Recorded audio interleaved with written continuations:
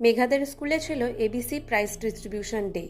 তো সেদিন ও যেহেতু প্রাইজ পেয়েছে তাই ওকে যেতে হয়েছিল। সকালবেলা উঠে নিজেই রেডি হয়ে নিলাম, মেঘাও।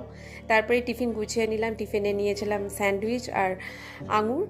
এটা ওকেও দিলাম, নিজের জন্যও নিয়েছিলাম। তারপরে এই যে দুজনে রেডি হয়ে অটোতে বসে চলে গেলাম, ট্রেন ধরে তারপরে পৌঁছে গেলাম ব্যারাকপুরের সুকান্ত সদনে প্রাইজ ডিস্ট্রিবিউশন হয়েছিল। এই যে দেখুন চারিদিকে স্টেজে সাজানো হয়েছে এবং কত গার্জিয়ানরা বসে আছে, স্টুডেন্টরা বসে আছে।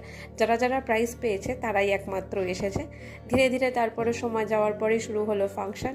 আর এই যে মেয়েটিকে দেখতে পাচ্ছেন, এই মেয়েটি ক্যারেক্টার প্লে করেছিল, মানে একটা গল্পের একটা ক্যারেক্টার প্লে করেছিল। অসাধারণ ট্যালেন্ট। তারপরে শুরু হলো প্রাইজ ডিস্ট্রিবিউশন, একে একে সবাইকে প্রাইজ দেওয়া হলো। বাড়ি ফিরে এলাম বিকেলবেলা। বাড়ি ফিরে এসে তারপরে পড়তে বসেছিল মেঘা। আর সেদিন আর কোনো ক্লিপ নিইনি, এটা হচ্ছে তার পরের দিনের ক্লিপ। এই যে আমাদের বাড়িতে সব কাজ হয়ে গিয়েছে, একদম ফার্নিচার সুন্দর করে সাজিয়ে নেওয়া হয়েছে। কীরকম লাগছে বলবেন এই জায়গাটা? আমার কিন্তু দেখতে খুব সুন্দর লাগছে। সকাল সকাল একটু ক্লিপ নেওয়ার পরেই তারপরে নিচে চলে গেলাম, ব্রেকফাস্ট করলাম। ব্রেকফাস্ট করে আবার বেরিয়ে পড়লাম পরের দিন। পড়তে নিয়ে যাচ্ছিলাম মেঘাকে। এইভাবেই পরের দিনটা শুরু।